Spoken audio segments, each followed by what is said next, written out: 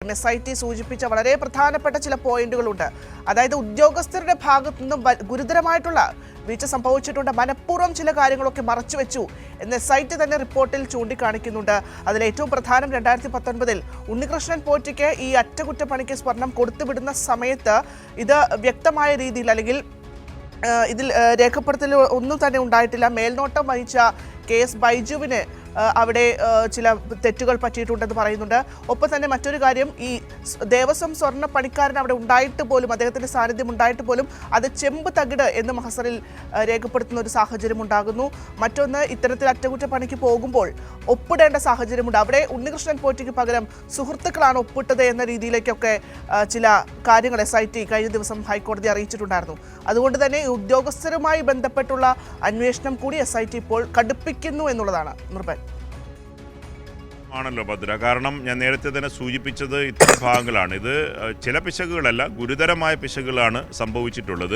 അത് പിശകെന്നല്ല, ഈ ഗൂഢാലോചനയിൽ ഈ ഉദ്യോഗസ്ഥർക്ക് പങ്കുണ്ടോ എന്ന ബന്ധിപ്പിക്കുന്ന കാര്യങ്ങളാണ്. അതാണ് ഞാൻ പറഞ്ഞു വന്നത്. ഒന്ന്, സ്പോൺസർമാർ, ഉണ്ണികൃഷ്ണൻ പോറ്റി കൊണ്ടുവന്ന സ്പോൺസർമാർ അത് ആരൊക്കെയാണ്?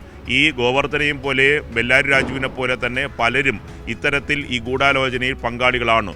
ഒപ്പം തന്നെ സ്വർണ്ണപ്പാളിയെ സ്വർണം പൂശി എന്ന തരത്തിൽ എങ്ങനെയാണ് ഇത്തരത്തിൽ ഒരു റിപ്പോർട്ട് നൽകുക? അത് എങ്ങനെയാണ് രേഖാമൂലം നൽകുമ്പോൾ ഉദ്യോഗസ്ഥർക്ക് എങ്ങനെയാണ് ഇത് അറിയാതെ പോവുക? 95 മുതൽ ഗോവർദ്ധൻ ശബരിമലയുടെ നിത്യസന്ദർശകനാണെന്നും ഉണ്ണികൃഷ്ണൻ പോറ്റി എന്നു മുതലാണ് അവിടെ എത്തിച്ചേർന്നതെന്നും അതിനുശേഷം ഇത്തരം ഉദ്യോഗസ്ഥരായിട്ടുള്ള തുടർച്ചയായ ബന്ധങ്ങളും ഇങ്ങനെ സ്വർണം പൂശണം, അറ്റകുറ്റപ്പണി ചെയ്യണം എന്ന തരത്തിലുള്ള അപേക്ഷ സമർപ്പിക്കുന്നതും അതിന് വേണ്ട നിർദ്ദേശങ്ങൾ ഉദ്യോഗസ്ഥർ തന്നെ നൽകുന്നതും ഇത് സ്വർണ്ണപ്പാളിയും മറ്റു സാധനങ്ങളും അവിടെ നിന്ന് എടുക്കുമ്പോൾ എന്തുകൊണ്ട് രേഖാമൂലം രേഖപ്പെടുത്തേണ്ട ചട്ടപ്രകാരമുള്ള നടപടികൾ ഇവരാരും സ്വീകരിച്ചില്ല എന്നും എങ്ങനെയാണ് സ്വർണ്ണപ്പാളി ചെമ്പുപാളി ആയതെന്നും ഇത്തരം കാര്യങ്ങളിലൊക്കെ തന്നെ അശ്രദ്ധയാണോ ഗൂഢാലോചനയാണോ എന്ന കാര്യങ്ങളിലൊക്കെ തന്നെ സമഗ്രമായ അന്വേഷണമാണ്. അതാണ് ഞാൻ അവസാനം പറഞ്ഞ ഈ ഒരു ഭാഗം, അതായത് ഉണ്ണികൃഷ്ണൻ പോറ്റിയുടെ സ്പോൺസർമാർ. ഒപ്പം തന്നെ ഇനി സ്വർണം കണ്ടെടുക്കൽ എന്നതാണ്. അതാണ് കഴിഞ്ഞ ദിവസങ്ങളിൽ നമ്മളേറെ ശ്രദ്ധിക്കപ്പെട്ട ഇനി വരാൻ പോകുന്ന അടുത്തൊരു കേസിൻ്റെ നിർണായകമായ ഒരു കാര്യം. കാരണം ഈ പറഞ്ഞ ഗോവർദ്ധൻ്റെ ജ്വല്ലറിയിൽ നിന്ന് കണ്ടെടുത്ത സ്വർണം ഇത് ശബരിമലയിൽ നിന്ന് കൊണ്ടുപോയ സ്വർണ്ണപ്പാളിയിൽ നിന്ന് അടർത്തിയെടുത്ത സ്വർണ്ണമാണോ എന്ന കാര്യമാണ് ശാസ്ത്രീയ പരിശോധന ഫലം നാളെ വരിക. അത് വന്നാൽ ഉടൻ തന്നെ സ്വർണം റിക്കവർ ചെയ്യാനുള്ള നടപടികളിലേക്ക് ബെല്ലാരിയിലേക്ക് SIT സംഘം അതിൻ്റെ നടപടികളിലേക്ക് കടക്കും. അത് കേസുമായി ബന്ധപ്പെട്ട ഈ തൊണ്ടി മുതൽ കണ്ടെടുക്കുക എന്നത് ഏറ്റവും പ്രധാനപ്പെട്ട കേസിൻ്റെ ഒരു തെളിവാണ്. ഒപ്പമാണ് ഈ ഗൂഢാലോചന തെളിയിക്കേണ്ട ശാസ്ത്രീയമായിട്ടുള്ള സാങ്കേതികമായ മറ്റു കാര്യങ്ങളൊക്കെ തന്നെ നൽകിക്കഴിഞ്ഞു.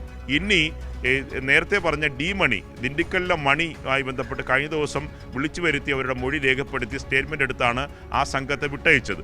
അവർക്കും ഈ പറയുന്ന ഗോവർദ്ധനും ബെല്ലാരി രാജുവിനും ഒപ്പം തന്നെ ഉണ്ണികൃഷ്ണൻ പോറ്റിയുമായി ബന്ധം ഈ ശബരിമല ഈ സ്വർണ്ണക്കേസുമായി ബന്ധപ്പെട്ട പണമിടപാടും സ്വർണ്ണ കച്ചവടവുമായി ബന്ധപ്പെട്ട ബന്ധമാണോ എന്ന കാര്യമാണ്.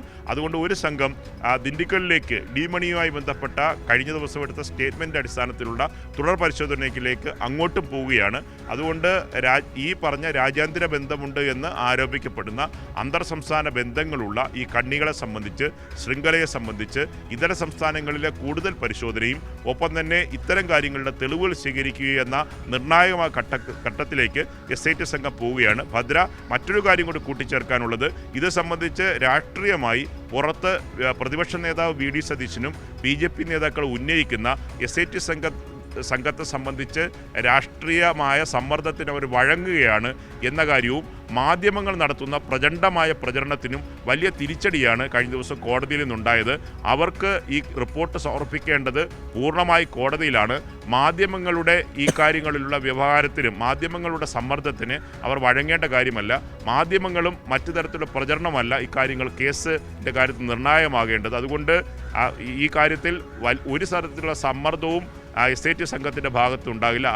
ഈ SIT സംഘത്തിലെ ഉദ്യോഗസ്ഥരെ സംബന്ധിച്ച് ഒരു തരത്തിലുള്ള വിയോജിപ്പോ ഒരു തരത്തിലുള്ള അഭിപ്രായ വ്യത്യാസമോ ഒരു തരത്തിലുള്ള സംശയത്തിൻ്റെ നിഴലിലോ നിർത്തേണ്ട കാര്യമില്ല എന്ന് കോടതി തന്നെ വ്യക്തമാക്കിയിട്ടുണ്ട്. അതുകൊണ്ട് SITക്ക് അർഹമായ സമയമെടുത്തുകൊണ്ട് തന്നെ വ്യക്തമായ തരത്തിൽ ഒരു തരത്തിലുള്ള സമ്മർദ്ദവുമില്ലാതെ മുന്നോട്ട് പോകാൻ കഴിയും. സർക്കാരിനെ സംബന്ധിച്ച് നേരത്തെ പറയുന്നത് ഇതേ നിലപാടാണ്. ഏത് തരത്തിലുള്ള അന്വേഷണവും കോടതിയുടെ അനുവാദത്തോടെ കോടതിയുടെ നിരീക്ഷണത്തിൽ SIT സംഘത്തിന് നടത്താം. ഒരു തരത്തിലുള്ള ആരെ വേണോ അറസ്റ്റ് ചെയ്യുന്നതിനോ ആരെ വേണോ എന്നൊക്കെതിരെ നടപടിയെടുക്കുന്നതിനോ ഒരു തരത്തിലുള്ള തടസ്സവും സർക്കാരിൻ്റെ ഭാഗത്തുനിന്നുണ്ടാകില്ല. അന്വേഷണം പൂർണ്ണമായി പൂർത്തിയാകട്ടെ, അതിനുശേഷം ഇക്കാര്യത്തിൽ നിലപാട് വ്യക്തമാക്കാം എന്ന് തന്നെയാണ് സർക്കാരുമായി ബന്ധപ്പെട്ടവരും പറയുന്നത്. ആദരണീയനായ മുഖ്യമന്ത്രി പിണറായി വിജയൻ വാർത്താ സമ്മേളനത്തിൽ പറഞ്ഞതും ആവർത്തിച്ച് വ്യക്തമാക്കിയതും അദ്ദേഹം ഇതാണ്. അത് സംബന്ധിച്ച ചോദ്യങ്ങളിൽ ഈ കേസിൻ്റെ മെരിറ്റിലേക്ക് കടന്ന് മുഖ്യമന്ത്രി പദവിയിലിരിക്കുന്ന ഒരാൾക്ക് പറയുന്നതിൽ പരിമിതിയുണ്ട് എന്ന് തന്നെയാണ് മുഖ്യമന്ത്രി പറഞ്ഞത്. അതുകൊണ്ട് കോടതിയുടെ നിരീക്ഷണത്തിൽ നടത്തുന്ന SIT സംഘത്തിനെതിരെ വ്യാപകമായി പ്രചരണം നടത്തിയ പ്രതിപക്ഷത്തിനും ഒപ്പം തന്നെ മാധ്യമങ്ങൾക്കും ഏറ്റ തിരിച്ചടി കൂടിയാണ്. അതുകൊണ്ട് SIT സംഘത്തിൻ്റെ നിർണായകമായ അടുത്ത ഘട്ടത്തിലേക്ക് കടക്കുകയാണ്. അതിൽ ഞാൻ നേരത്തെ സൂചിപ്പിച്ചതുപോലെ പരിശോധനാ ഫലം, ഈ ഗൂഢാലോചന തെളിയിക്കാനുള്ള നീക്കങ്ങൾ, ഉണ്ണികൃഷ്ണൻ പോറ്റിയുടെ സ്പോൺസർമാർ, ഒപ്പം തന്നെ ദിണ്ടിക്കൽ ഡി മണിയുമായി ബന്ധപ്പെട്ട ഈ സംഘത്തിനുള്ള ബന്ധം